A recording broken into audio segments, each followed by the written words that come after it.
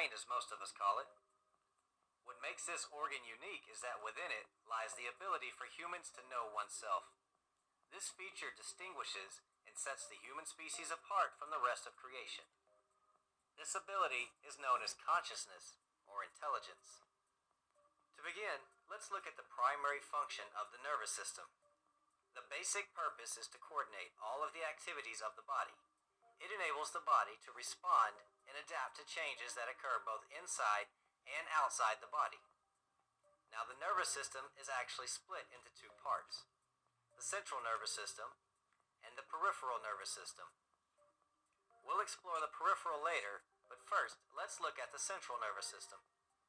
The central nervous system is made up of two major structures: the brain and the spinal cord. As most people know, the brain is found within the cranium or skull, and there are 6 main sections among other structures within it. These 6 sections are the cerebrum, cerebellum, diencephalon, the midbrain, pons, and the medulla oblongata. The first section is the cerebrum. This is the largest section.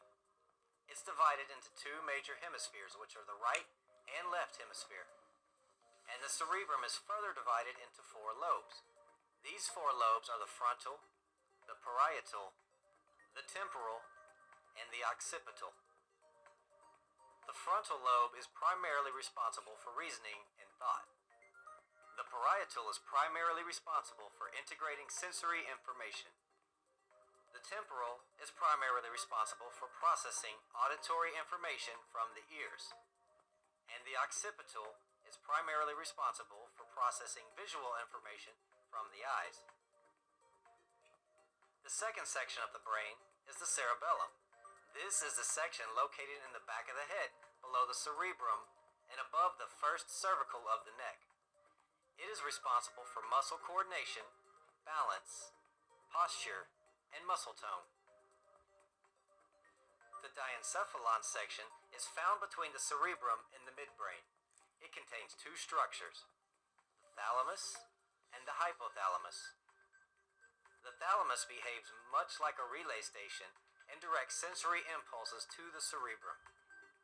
And the hypothalamus controls and regulates autonomic nervous system functions such as temperature, appetite, water balance, sleep, and blood vessel constriction and dilation. The hypothalamus also plays a role in the emotions such as anger, fear, pleasure, pain, and affection. The midbrain section is located below the cerebrum at the top of the brainstem. It is responsible for certain eye and auditory reflexes. The pons is located below the midbrain and in the brainstem. It is responsible for certain reflex actions such as chewing, tasting, and saliva production. And the last section is the medulla oblongata. It's the lowest part of the brainstem, and it connects with the spinal cord and is responsible for regulating heart and blood vessel function, digestion, respiration, swallowing, coughing, sneezing, and blood pressure. It's also known as the center for respiration. Now that we've covered the brain, let's take a look at the other half of the central nervous system, the spinal cord. The spinal cord is the link between the brain and the nerves and the rest of the body. The spinal cord is divided into 4 different regions: the cervical, thoracic, lumbar, and the afferent and efferent spinal nerves, which merge to form the peripheral nerves.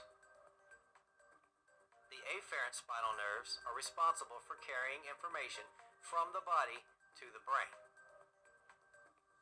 And the efferent spinal nerves are responsible for carrying information from the brain to the body.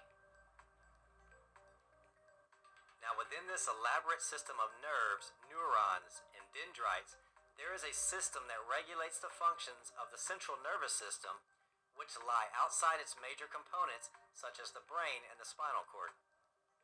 This system is known as the peripheral nervous system and is subdivided into two smaller systems, the somatic system and the autonomic nervous system.